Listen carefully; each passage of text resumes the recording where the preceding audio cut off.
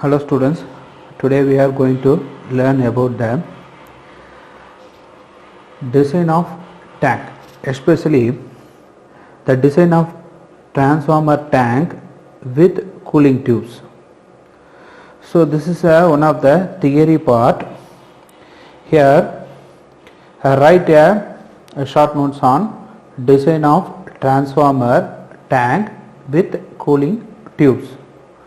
Let me start with the wall of the tank. The wall of the tank distributed the heat by both radiation and convection, such as 6 for radiation and 6.5 watts per meter squared in degrees Celsius respectively. That means by means of radiation and convection, by using the just a tank wall, the total heat distribution due to plain wall tank surface is 12.5 from 6.6 to 6 plus 6.5. That means of radiation and convection. We know that inside the tank we have the transformer. So transformer is electrical equipment which consists of losses, both constant loss and variable loss. The constant loss means here the loss due to the core, and a variable loss that is present in the winding in I squared R loss. Both losses are producing the heat that must be dissipated to surface, otherwise it damage the transformer insulation and conductor. That's why we need to dissipate these loss to atmosphere. Here we are using oil cooled transformer. For example, when it is a rating of transformer is less, we no need to go for oil transformer. Just circulating air can handle that. But in case of high power transformer, we require cooling. That's why we move to the oil cooled transformer. So here the transformer tank itself have 12.5 watts per meter square in degree Celsius. So let me write temperature rise without cooling tubes. We did not consider about cooling tube first. We just only see about the without cooling tubes tank wall. So the temperature rise without cooling tube. So the heat from transformer is transferred to oil, then it is goes to the tank. Then let me write theta is equal to total losses divided by 12.5 into heat dissipating surface. It can be rewrite into theta is equal to Pi, that is iron loss into copper loss Pc. So we know that Pi is a iron loss and Pc is a copper loss. So this is a copper loss, this is iron loss. So 12.5 into heat dissipating surface, that is surface of the tank, that is St. So let me write the expansion for these terms. St, surface area of the tank for heat dissipation. So surface area of the tank for heat dissipation is St. Then Pi, iron loss, it can be taken as copper loss or constant loss. So iron loss Pi, then copper loss Pc, it can be denoted as I squared R loss or variable losses. So we need to include cooling tube. Where we need to include cooling tube? So the medium power transformer, it is enough the transformer surface area is itself dissipate the heat. For example, the welding transformer is a medium type transformer. Here the heat dissipation in the tank valve is more than enough to maintain the constant temperature in the transformer. But in case of distribution transformer or power transformer, the rating of transformer become very high. That's why the heat generation in the transformer is also very high. So we need to include we need to increase the surface area. So by just increasing the tank is not economical one, because once you increase the tank, the transformer oil also increase. That's why without increasing the transformer oil more, you can increasing the surface by adding the cooling tubes.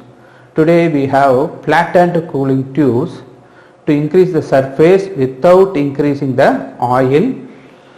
We are moving to cooling tubes. So cooling tube increase surface area and cooling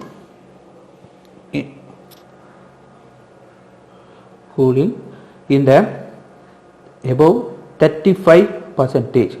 So it occupies more surface area. That's why the cooling also increase up to 35%. Let me write XXT, that is additional. So surface area of total tubes. So surface area of the total tubes. So here the losses dissipated by surface of the tank by radiation and convection is given by 6 plus 6.5 XT. This is because of transformer tank is equal to 12.5 XT. The loss dissipated by tubes by convention is equal to 6.5 into here, due to the tube we have additional 35% of heat loss. That's why we taken as 135 divided by 100 into XXT. This can be written as 8.8 XXT. This is due to cooling tubes. The total loss dissipated by tank valve and tube is equal to, let me write the tank value 12.5 XT plus tube value 8.8 XT. So let me write 12.5 plus 8.8 X. The XT is taken as common. Let me write total area of tank, valve and tubes. So now we add 10 tank valve, that is used to dissipate heat, then tube, that is also do the same job. Let me write ST plus XST. Let me take XT as common. We can write 1 plus X into XT. Now the temperature rise with tubes. So theta is equal to total loss divided by total loss dissipated by tank valve and tube. So theta is equal to Pi plus Pc, that is iron loss plus copper loss. So divided by 12.5, that is due to tank, and 8.8 X, this is a common term for tube, and XT, so multiplication of tank. So let me rearrange this formula to get the value of X.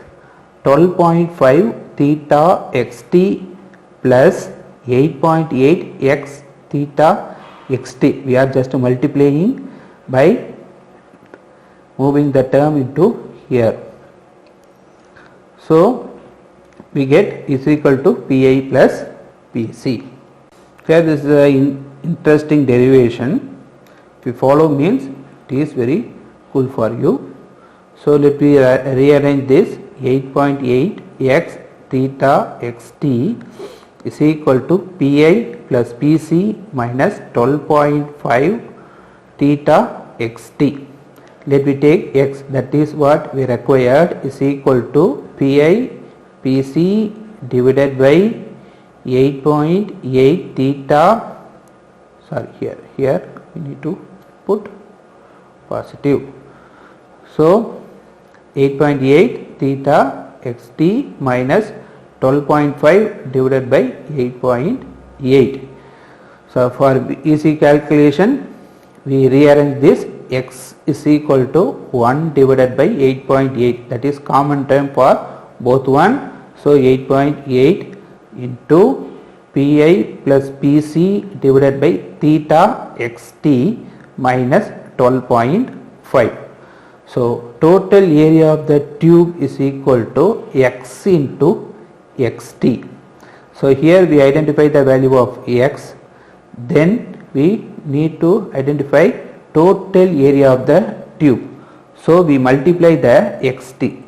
So here 1 divided by 8.8 is same term. So Pi plus Pc divided by theta xt minus 12.5 into xt. So we multiply with internal one, we can cancel out this xt by multiplying this with numerator. So 1 divided by 8.8 Pi plus Pc, so you multiply with plus into xt. Here also we have xt, so cancel out this.